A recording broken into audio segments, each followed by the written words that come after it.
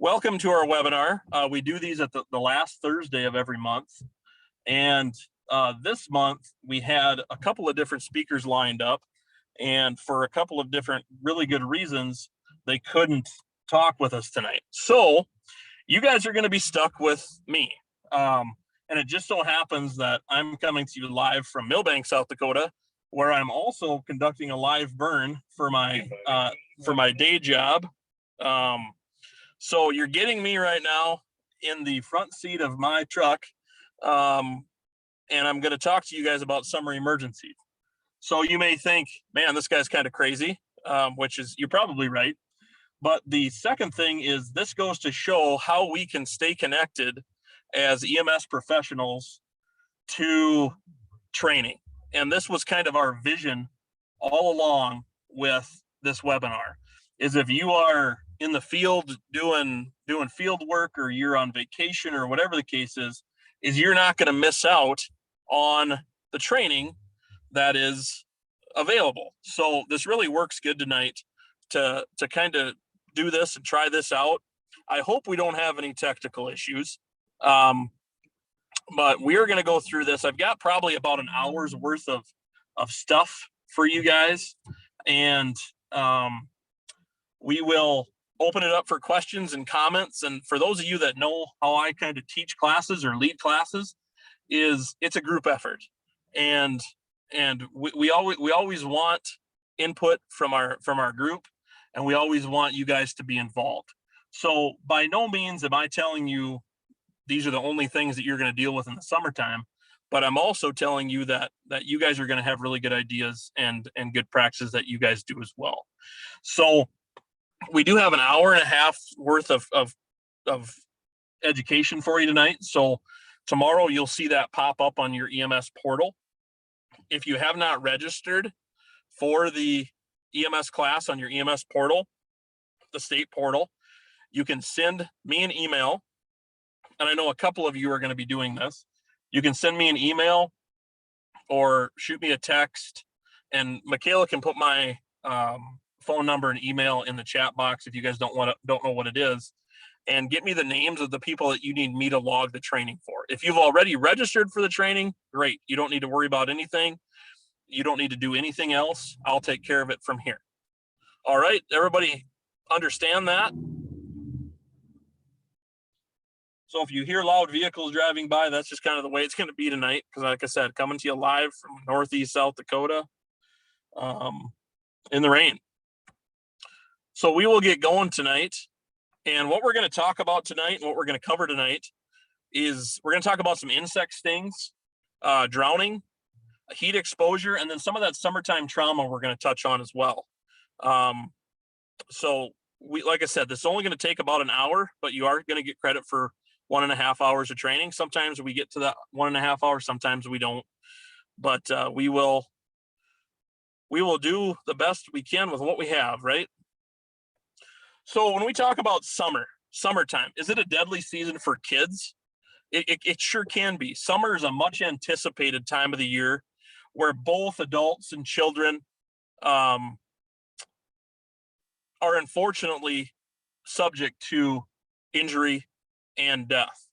So the combination is children are out of school, spending more time outdoors, coupled with the decreased adult supervision.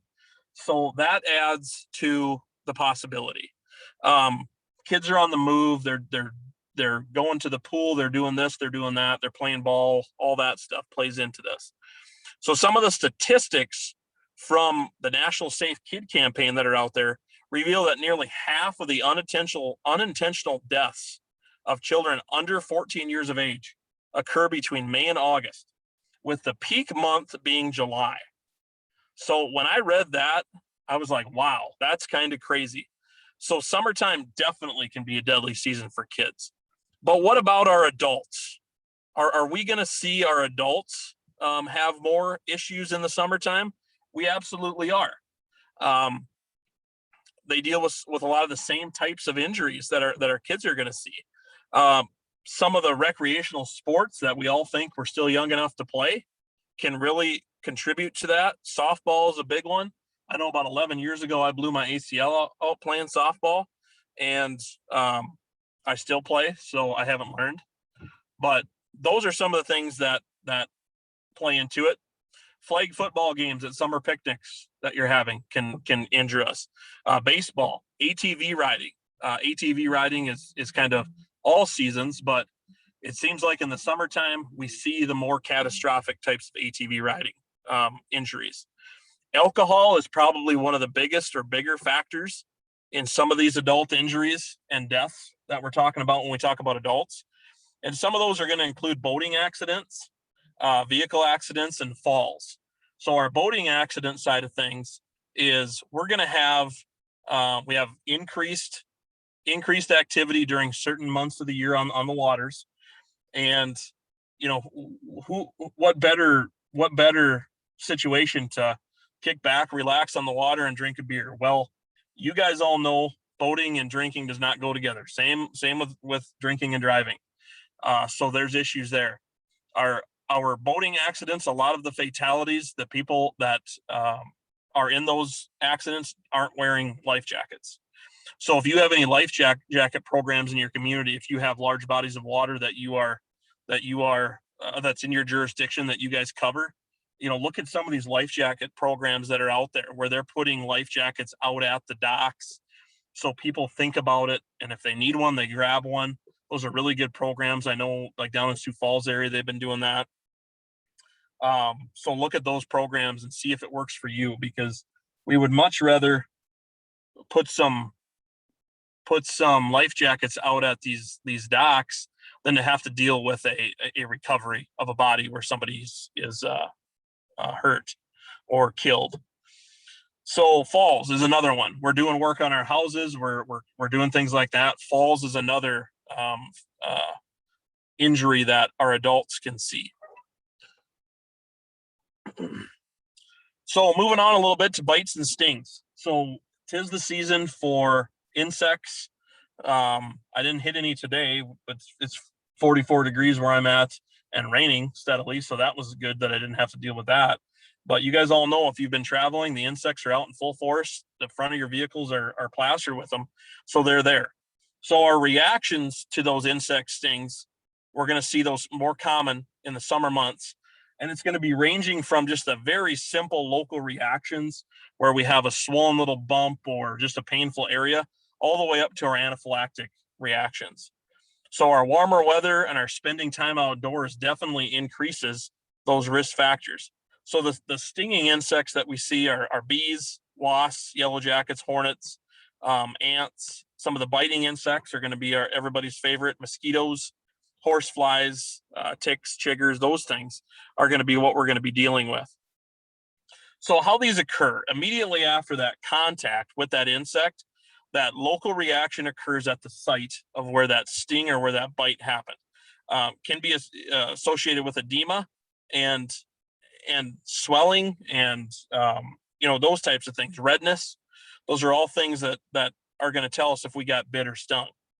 So the irritant substances concentrated in that insect saliva cause these local reactions in the insect bite. When we're talking stings, that female insect has that barbed stinging apparatus that becomes lodged in the skin and then rips away. So along with the venom sac, that is going to be in our body. So how do we get that out? What's the old common way we're getting that out, guys?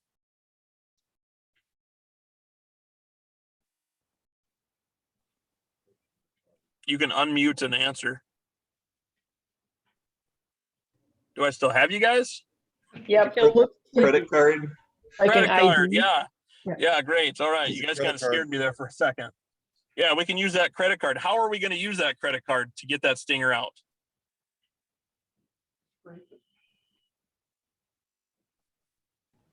Just kind of rub it across the top until it kind of just to pull it out. Scrape that stinger away. Yep, very good, very good.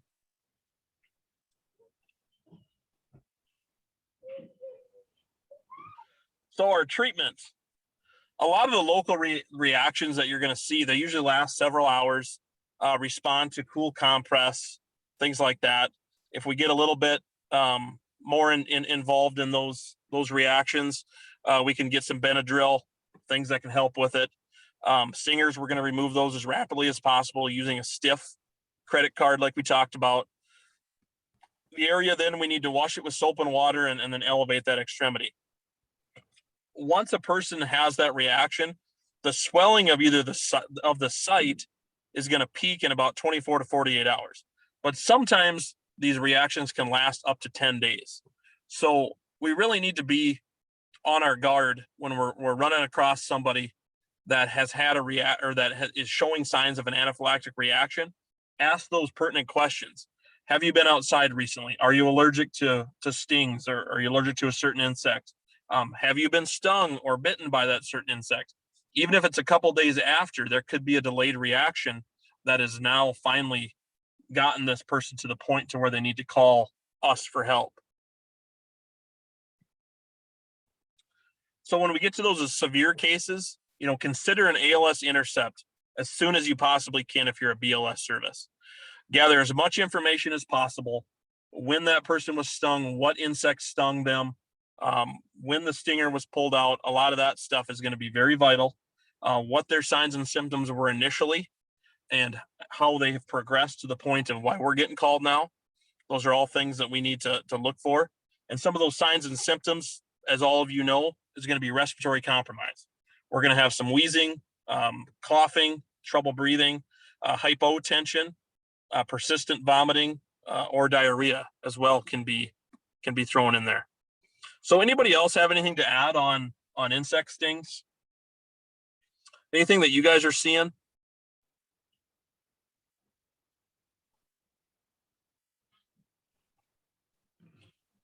Kind of just a basic overview there, but now we're going to go into drowning.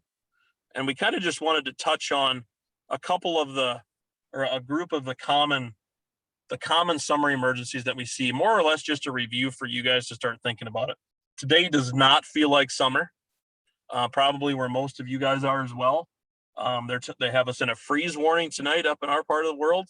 So that's interesting. We're talking common summary emergencies, and we're going to freeze tonight. So we've got to love South Dakota, right? So now when we talk about drowning, no one is going to be drown proof. Drowning does not discriminate against age, skin color, whatever. Drowning is there, and it's something that we deal with every year. It's fast, it's silent, and it can happen in as little as 20 seconds, right on up to a minute. So in the U.S., an average of 3,500 to 4,000 people drown per year. That's an average of about 10 fatal drownings per day, if you figure it out that way. Between the months of May and August, 2/3 of all the deaths from drowning occur, with most of them occurring on the weekends. 23% of child drownings happen during a family gathering near a pool, whether that pool is a public pool, a hotel pool, somebody's personal pool that they have. Those are all, it's all gathered in that data. So drowning is the cause of death for most boating fatalities, and we may see some trauma issues, but for the most part, it's going to be drowning. Estimated that another 5 to 10 people receive hospital-related care for non-fatal drowning injuries for every fatal drowning victim that we see. There's really no database to put this in. So there's not like a special reporting area where people report near drownings to.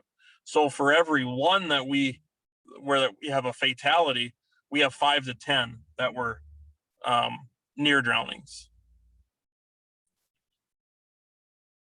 So as we've seen this year, drownings don't just occur in our area in the summertime. We had quite a rash of them over the winter due to the ice conditions. So when we are, working on a call of a drowning victim, there's some things that we need to think about as well. We don't want to become part of the emergency. I think I'm getting ahead of myself here, but we don't want to become part of the emergency. And we also want to try to figure out about what temperature that water is. Right now, we're looking at temperatures in larger bodies of waters in the upper 40s, maybe 50 in certain parts of the state. So what's that? Did somebody have a comment? No. So we're still pretty cold with our water, and so we need to, I'm getting some feedback, so sorry about that. So we need to be cognizant of that as well, is, we could be in a drowning situation now, where we're in water that's 45 to 50 degrees and maybe even a little bit cooler, a little bit warmer, depending on where you are in the state. So then we need to take those precautions for us. And then we also need, when we work our victim, once we do get them out, is we need to go back to the old adage of they're not dead till they're warm and dead, because we're in cold water to where that patient could be hypothermic. So, always keep that in mind.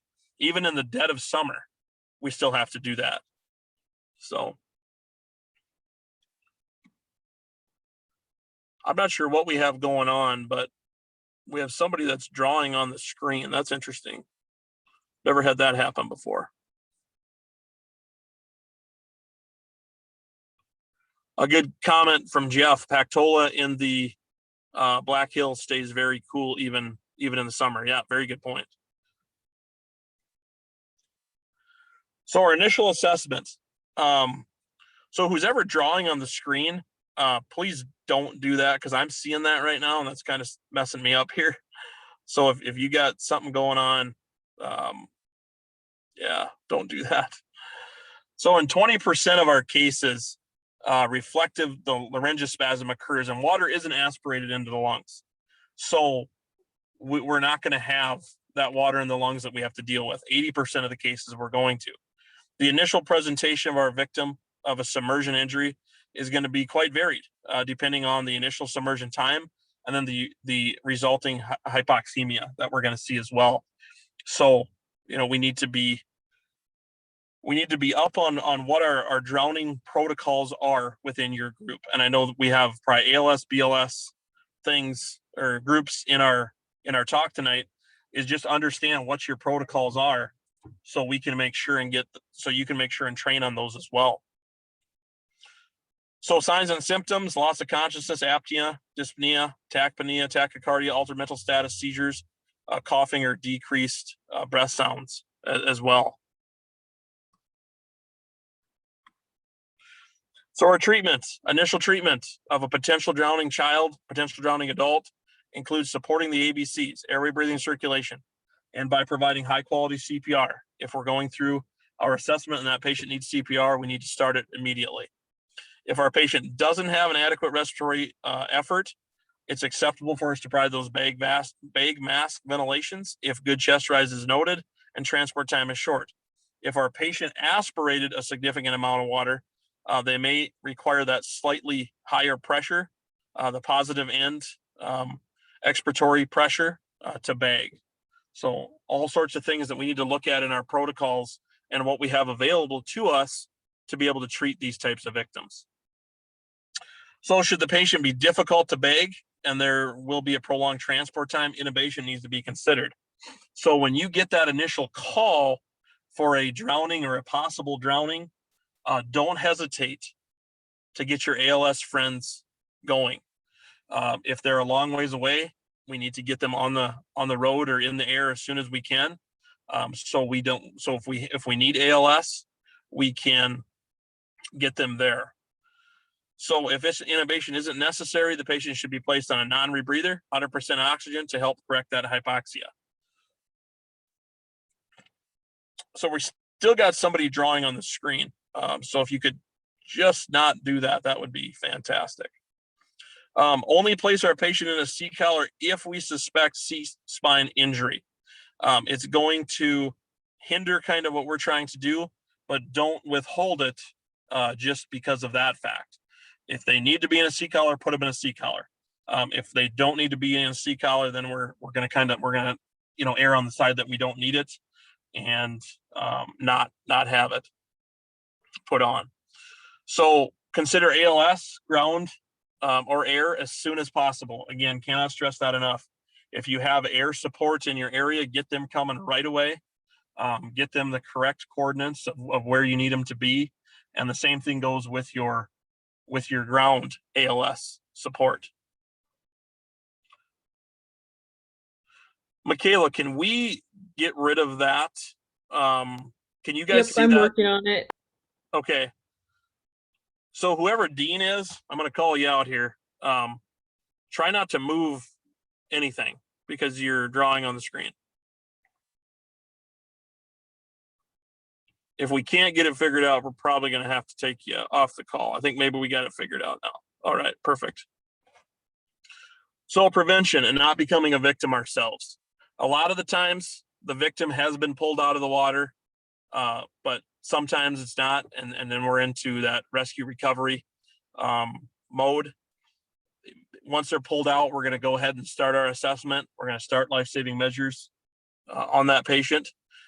If the patient still is in the water when we get there, use the reach, throw, row, go as an acronym. Reach for them, throw something that they can grab onto, row to them or get a boat to them. And then at the last possible choice is going to be go to them. Now, if you're going to go to them, make sure you're a good swimmer, because if you're not a good swimmer, and even good swimmers in these situations can be pulled down by a victim who is in a drowning situation. So just be very careful. And if you're going to make that choice to go in after that patient, just make sure that you have the ability to rescue them, because we see a fair amount of our drowning injuries and our drowning accidents and our drowning fatalities occur because of the would-be rescuers go in and get pulled under either by the current, they get pulled under by the patient that we're dealing with, or they aren't good enough swimmers to where they get tired and they end up going down themselves. Life jackets in your rigs. If you don't have life jackets in your rigs, think about getting life jackets in your rigs. We get into these situations and we may need them, and we don't have them, we're behind the 8 ball. So if you don't have a couple of life jackets in your ambulances, take a look at that and think about getting life jackets in there. And then also water rescue classes. If you have bodies of water in your jurisdiction that are frequented by recreational users in the summertime. And some of you might think, well, where do I get these water rescue classes? Well, contact your local swimming pool. They might have some water rescue instructors that can help you. Also, depending on what part of the state that you live in, there are some teams that are out there. South Dakota Task Force 1 has a swift water rescue group. Contact those guys to see if they can help you in getting some of that training. There's a lot of different avenues for that. Talk to your local game, fish, and parks friends. They might have some avenues for you to be able to get some water rescue training just to get the basics. Any questions, any comments on drownings?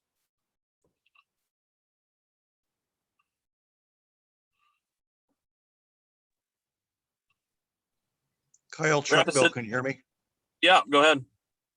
Say what I wanted to bring up, that I don't think this is even in the books yet, but the last year that we dealt with COVID, and we've known it's been on the news, a couple, 3 patients have had to have lung transplants. Okay, if they haven't got that transplant, and what I wrote down here is, I'm not sure if the Department of Health is going to go for this, but reference a medical alert bracelet. If a guy can, if they're going to go for it, if the doctor will allow it, to put on their post-COVID patient. That way, if you have to bag them, if they had I hauled last summer 2 very critical COVID patients. SATs were terrible. Consequently, they had lung damage. And if we breathe too hard for these people, they're going to end up with pneumos. Okay. Right. Yep. Good point. Yeah. Look for those alert bracelets. Look for that stuff. Talk to bystanders, things like that. Jeff had put up Rapid City Fire has a swift water rescue team. Yeah, I believe that their swift water rescue team, along with Sioux Falls Fire, train together a lot for South Dakota Task Force 1. So they would be a resource for our friends out in Rapid City if you want some of those water rescue type classes, and just understanding what to do initially and how you can protect yourself. Those guys are very, very well organized, and they will provide training to others. Great. Thanks a lot, Jeff. Appreciate that. So, our Rapid City folks, if you're near Rapid City, contact Rapid City Fire, and they'll they'll probably be able to help you out. Folks down around Sioux Falls, contact Sioux Falls Fire, and they'll be able to help you out, I'm sure. Other folks, jump on board with some of those departments and just talk to them and see once where you could go get your training from. We're all in it together, so use those resources. Anybody else have anything else on drowning? Like I said, we're just doing a real basic overview. There's a lot more to it. So kind of what we're trying to do here is just get the word out there to start thinking about summertime. Like I said, today's not a great day to think about summertime, but think about it and go over your guys' protocols, go over some of the things that you guys deal with in your jurisdictions. We're simply just kind of bringing it up and providing some review stuff. So make sure you're taking it back to your jurisdictions and your services, and you're working on that. So now we're going to go on to heat exposure a little bit. Heat illnesses occur along a spectrum of very minor, where we get our heat rashes, our heat cramps, to those life-threatening conditions such as heat stroke. So most episodes of heat illness occur during times of increased environmental heat as well as increased exposure to heat. So we're looking at those hot, humid days, more strenuous activities outside, those types of things is where we're going to see it. We also can see it in folks who are on certain medications. So when you're asking for meds, make sure you're getting those things written down, because we might be in a situation. I was actually on a call last year where it wasn't that warm out. And it's like, man, this guy is this sick from the heat. He happened to be on a certain medication that made him more susceptible to heat-related emergencies. So brush up on that stuff, on what types of medications that could make someone more susceptible to that. So our heat exposure spectrum, like we talked about: heat rash, heat cramps, heat edema, heat syncope, heat exhaustion, and heat stroke. We're going to kind of talk about two of them tonight. We're going to talk about heat exhaustion and heat stroke. Probably two of the more common ones that we deal with.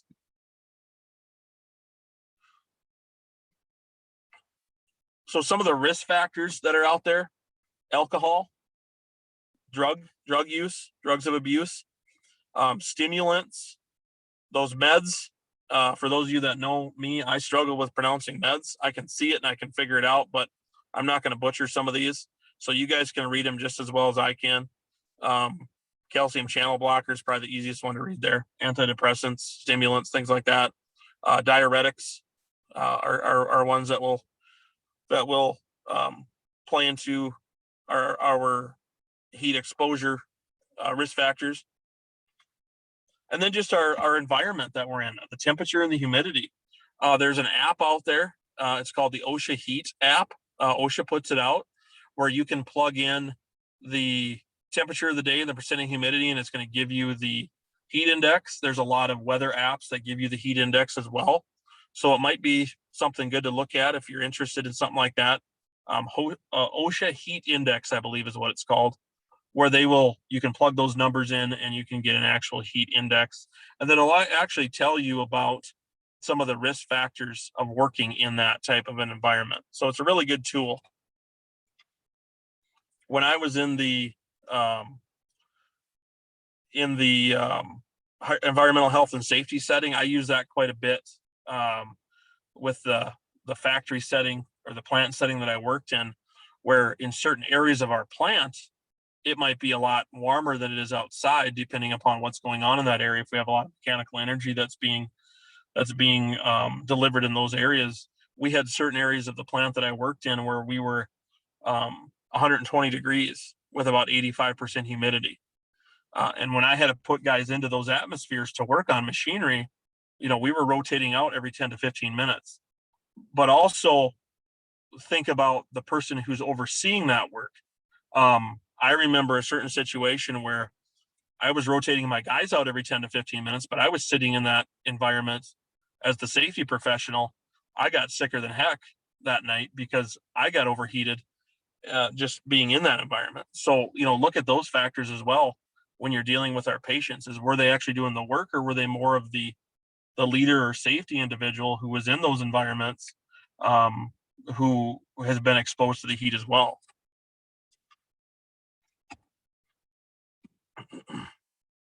So our heat exhaustion is going to be more common, is one of the more common forms of a heat illness.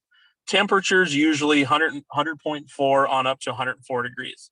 Our body is still maintaining the cooling mechanisms that our body has.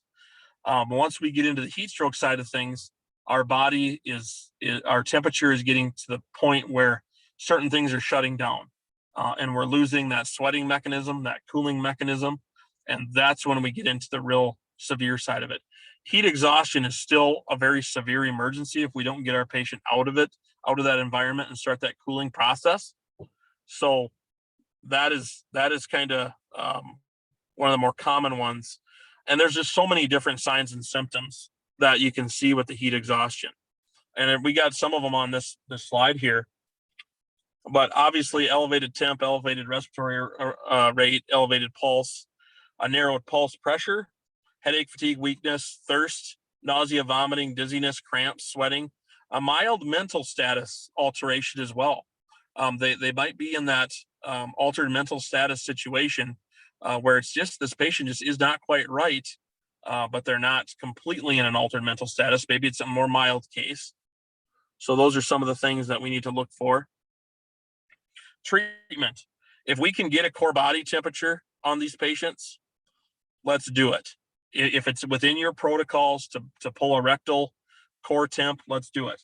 If not, we're going to go ahead and get our tympanic temperature, and then we need to alert the hospital that we're bringing somebody in who is potentially in the heat exhaustion spectrum, so they can get that core body temp, so they can figure out, kind of where they are on that spectrum. Some services probably have the ability to obtain a core body temperature. Some probably don't. But if your protocols allow you to, go ahead and get that core body temp so we know what we're working with. Rest. Get that patient out, get them sat down, decrease that heat production that's happening with our patients. Get them into shelter, get them into shade, get them out of that hot environment, get them in the back of your rig, get the AC going, minimize that exposure to heat. Cool them down. Fans, towels, those types of things. Ice tub, we usually don't carry ice tubs around with us, but fans, towels, those things. Fluids, IV access is going to be where we're going to be at with that.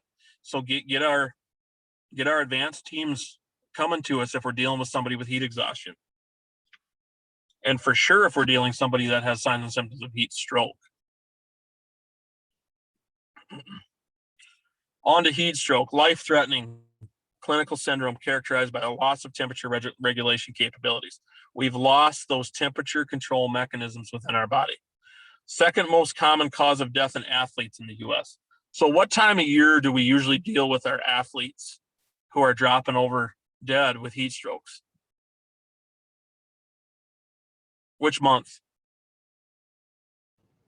Football, like September. August, right? August. Yep, August. August. We hear about it every year. For those of you that are as old as me, I should say as seasoned as me, right? You guys probably remember the Minnesota Vikings lineman, I think offensive lineman, what he was, Corey Stringer. Corey Stringer was a large man, an offensive lineman for the Vikings. And when they used to have their training camp up at the Mankato at the university there, he had a heat stroke in July, August, whenever they start their mini camps, and he passed away because of a heat stroke. His core body temperature when they got him to the hospital was over 107 degrees. So his body was starting to shut down.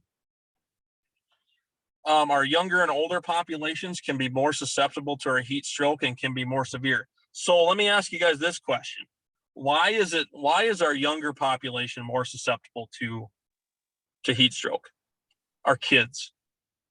They don't sweat. Because they got a lot of energy and don't know when to quit.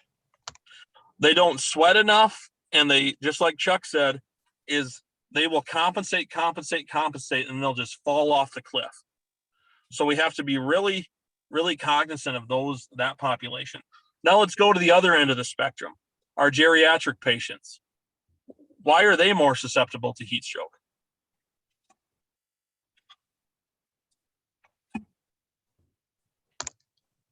Kyle, a big thing there with your geriatric focus, half of them take a pharmaceutical amount of medications and don't drink enough water anyway, and that Right. causes issues.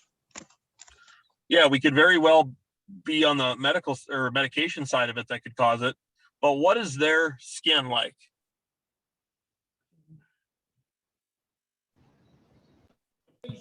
Usually Paper dry. thin. I caught about 3 people right there. Sorry. Somebody want to jump back in? And Paper thin. it's very thin. So what does that do to their cooling mechanisms? It's already compromised, right? So we really need to look at that side of it. Is when we have our geriatric patients that are exposed to heat, we need to figure out how long they've been out there. Sometimes it doesn't take long at all. And our kids, we need to understand what they were doing before they started going downhill. Were they running around playing on equipment and doing things like that? You know, that's something to get during our sample history, is get that information.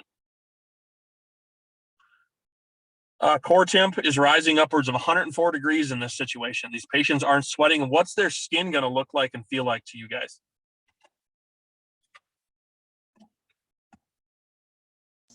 Hot and dry. Hot and dry. Yep, very good. Very hot to the touch. What color are we going to be seeing these folks?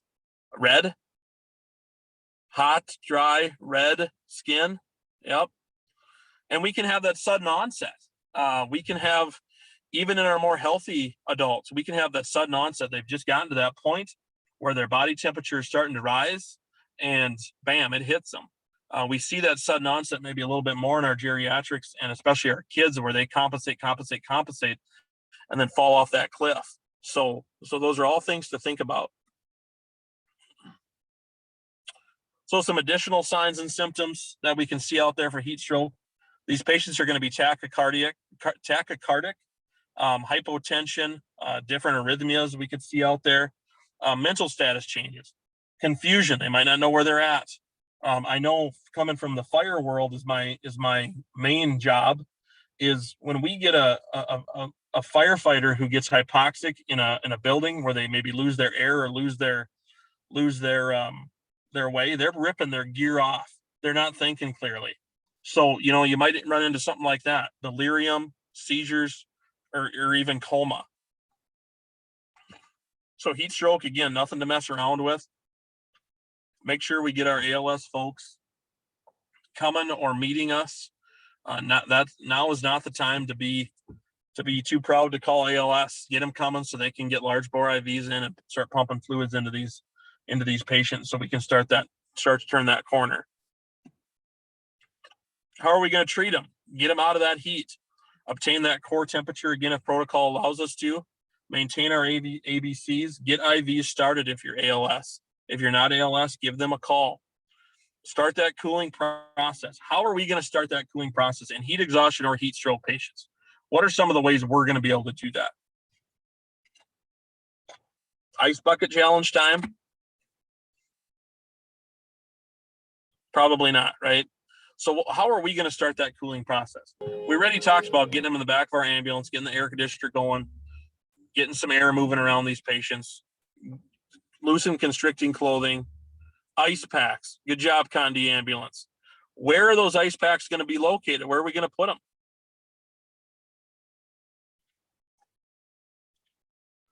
Back of the neck and the wrists. Back of the neck, wrists, armpits, groin. Yep, very good, guys. Very good. Those are all areas where we need to put our ice packs to start cooling those patients down. So we have a patient that's heat exhaustion, heat stroke, and we have our ice pack. Should we still wrap those ice packs in towels?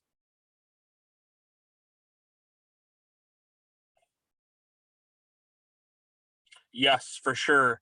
We do not want to add to our emergency by freezing skin and causing issues there. So make sure we're still taking our precautions and not exposing that patient's skin to extreme cold temperatures. And then get these patients transported immediately. And like I said numerous times, is do not be afraid to call ALS ground or air support with these patients, especially if you have a longer transport time. I know some of you on the call are probably have transport times of upwards of 40 to 60 minutes. So if you have ALS support that you can call to help, If you're not ALS, go ahead and get that accomplished. And then alert our hospitals too, and make them aware of what we're bringing them so they can be ready to go and start that cooling process on these patients. Early recognition. According to the CDC, if a heat stroke is recognized and treated promptly, survival rate is relatively good, 90 to 100%. But we must recognize and treat to achieve those results. We need to recognize that our patient is in trouble and start treating it and start that turn of getting that patient cooled down. Anybody have anything else to add on heat exhaustion and heat strokes? I know we just touched on a couple of the topics, but anybody else have anything to add?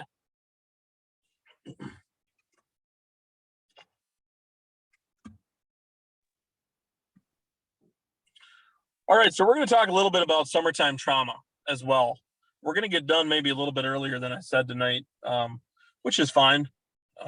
Hopefully you guys have some questions or comments at the end. So I picked 4 of them out here. I picked out bike accidents, motorcycle accidents, boating accidents, and then car versus pedestrian. So where are we going to see our bike accidents? How are we going to see, what are we going to see for trauma with those types of groups? You can either put it in the chat or you can go ahead and just unmute and talk to me. Probably multi-system trauma. Multi-system trauma, broken bones, lacerations, blunt force traumas that we're getting on the chat. Good job, guys. So those types of accidents.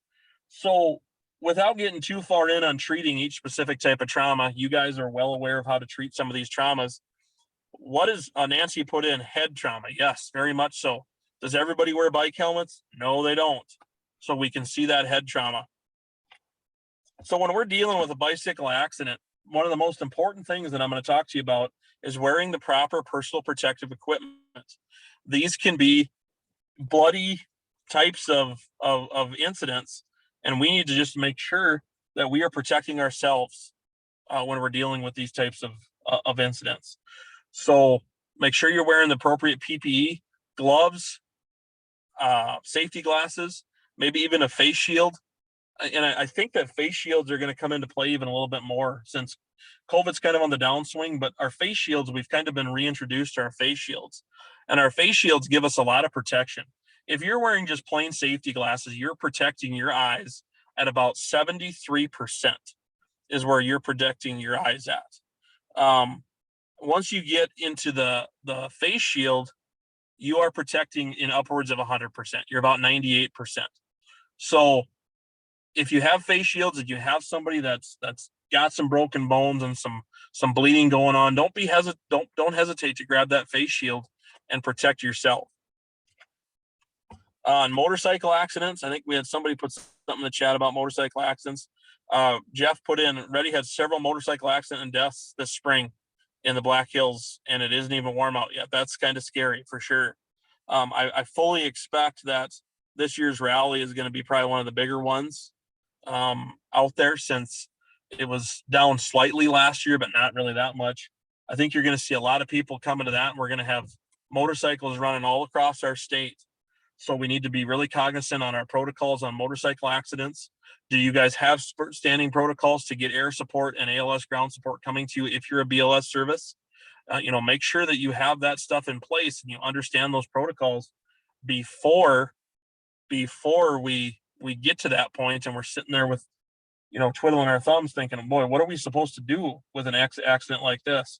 And in South Dakota, you have a lot of the motorcyclists who are heading to the western side of the state, but a lot of them drive through the eastern side to get to the western side. So we all deal with an increased level of motorcycle accidents during that time period.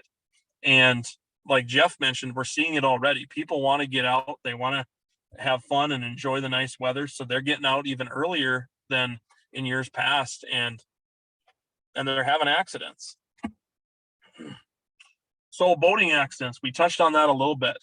Your people that are drinking while they're boating, your folks that are not wearing life jackets, those are all things. We're going to see multi-system trauma there again, where We could have trauma from somebody falling into the water and being hit by a boat, falling into the water and hitting something that's in the water, hitting their head on the side of the boat. So all things to keep in mind there. Kyle, Our one car- thing I was going to add to Yeah, that, sure. this is Patty, just remember that Brown County does have a dive team. So they're also somebody that you would want to put on alert right away if you do have a boating accident, that you could get them going right away. Because those guys come from, out in the rural areas too. So just make sure you get them alerted right away if you do have a boating accident where you would maybe possibly need them. Yeah, very good point. Thank you very much, Patty. Yeah, get those dive teams in your area. Brown County has one. I'm sure most of the other counties have one that is either in your county or near your county.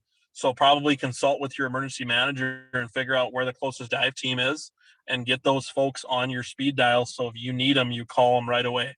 Thanks a lot, Patty. Appreciate that. Our car versus pedestrian. Where are we going to see trauma there? Again, multi-system, but what area of that patient are we really going to be seeing that type of trauma in? Pretty much all over, but where is it focused when we have car versus pedestrian usually? Usually legs, hips. Yep. Legs, hips, the abdomen area. Yep, exactly.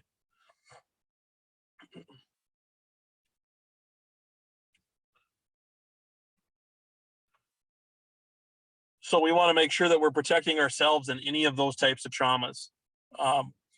And then head as well. Yeah, because we have that secondary hit, right? The patient gets hit by the car, then their head hits the pavement or the gravel. Yep, very good. Thanks for bringing that up, Joey. Appreciate that. So just remember, those are the types of traumas that we can see along with many, many others. That was just 4 I kind of picked out of the air. So we can see our trauma calls can increase as much as 50% in the summer months. Some areas see that more. I saw some of our West River friends putting stuff up about the tourist season in the Black Hills. It's going to be a busy, busy tourist season this year. You combine that with the motorcycle riders that are out there checking out the sites, it can lead to some really, really nasty accidents.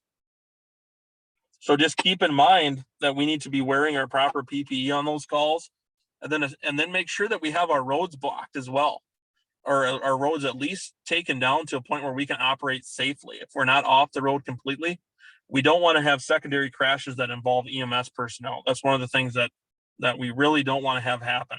So make sure you're training with your teams. Train with your fire department if you don't. Train with your law enforcement personnel. Understand what they're going to do in a specific situation. If you have a motorcycle versus a car accident at an intersection, are they going to close it down completely? Are they going to close it down to one lane? Understand those types of scenarios, and then also understand what safety net you're going to have when you're working on those types of patients. We probably have some people on the call here tonight who work on interstates. When you're out on the interstates, that's one of the most scary, in my opinion, one of the scariest places to be as a first responder, EMT, paramedic, whatever you guys are, because we have people still whizzing by us at 70, 80 miles an hour. And I know we have good working relationships with our law enforcement friends, but some folks or some areas struggle to shut those lanes down. So be proactive, talk to your teams, understand what their protocols are going to be, and then make sure that you have a safety net as well. If you have multiple responders on a scene, that you have people behind you to keep you from moving out into traffic while you're working on that patient. Because we don't necessarily always think about those cars whizzing by when we're trying to save somebody's life on a call. So again, call our ALS support as early as we can. Getting those patients to trauma centers and getting them in the hands of our ALS friends is going to give them a lot better chance of survival.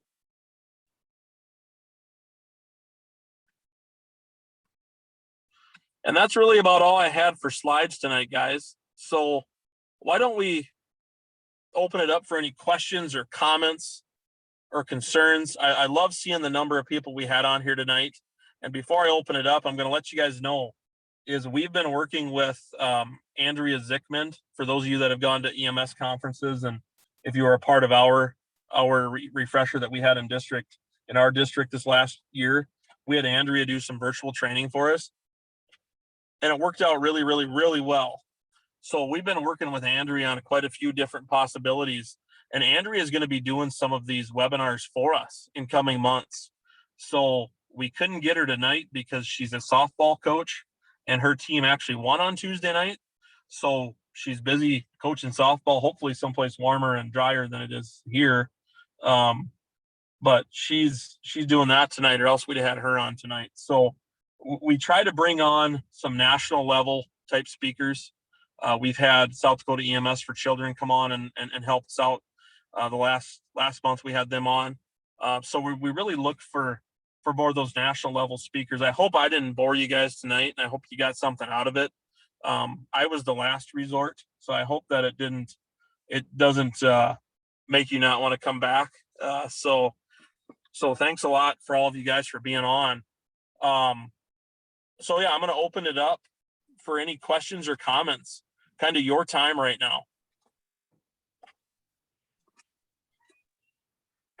Anybody have anything to add to any of those topics that we talked about? Like I said, I kind of did the 1,000-foot overview on a lot of them, just so we could keep it kind of short training tonight. And the heat exhaustion and heat stroke, giving them water to drink, that's still recommended, but is there like a quantity or amount they suggest to quit at? Or? Well, from what I've learned, and some of you guys can jump in here too, is if they can maintain their own airway, if they're able to maintain their own airway, we can get fluids on board that way. If they're conscious and alert and can maintain their own airway, we can get things going that way. Anybody have anything to add on that?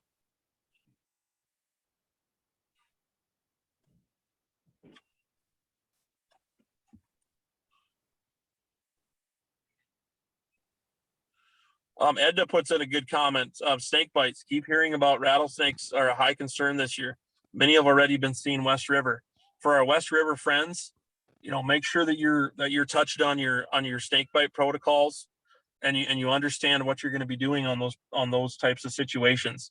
I have heard that as well, that it's a higher concern than normal this year with rattlesnakes. I'm not sure if they're coming out because COVID's kind of on the tail end now or what, but I doubt that's why. That's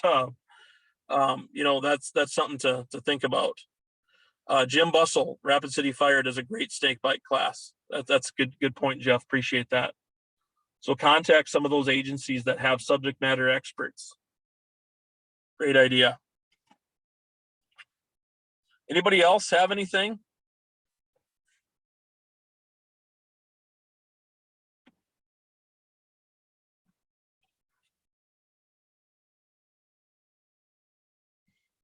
Brenda, I appreciate the comment. Thank you very much.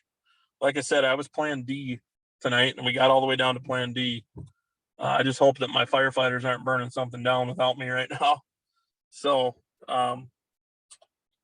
yeah, if nobody else has any comments or anything,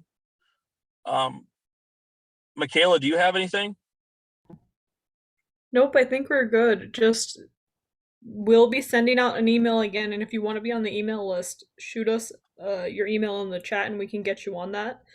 As well as these, like Kyle said, these opportunities will happen the last Thursday of every month. So we will try to get you guys all the information again. So Great, thanks, Michaela. And for those of you guys that don't know, before you all sign off, is District 4 partners with Northeast South Dakota AHEC. And through our partnership with Northeast South Dakota AHEC, they have secured some funding for us to be able to bring these to you and to be able to bring national level speakers on board.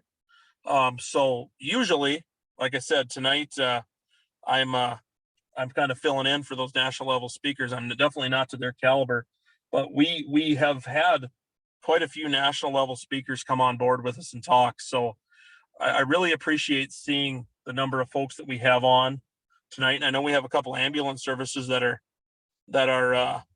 tuning in too. I think Condé and Ipswich have their pretty much your whole crew's in tonight. So we really appreciate you guys joining in and taking part in the training, and at least opening up some of these questions that we have. You know, we start talking about it here, and you take it back to your service, and you use it with your EMTs and your groups. That's really what we're after. Anybody else? Anything? Sandy, are you on tonight at all? Yes, I am. Anything And- to add? One of the things that we're really hoping all of the folks on the call will do is find a friend to participate in the next call, so that our webinars, we can spread the wealth. I guess that's it. Thanks a lot, Sandy. All right, guys, if there's nothing else, I will tune out for the evening. I'm going to go check on a fire, and you guys all have a good night and a safe weekend. The weather's going to kind of be okay for the last portion of the weekend, I think, the way it looks. So have a safe weekend. Stay safe when you're going on calls. This is kind of the kickoff to summertime. So Michaela thought it was a good idea to do some summertime emergency topics, and I'm glad we did. It was a good refresher for me as well, researching some of these things. So with that, I hope you guys have a wonderful evening and a wonderful weekend, and we'll see you all next month.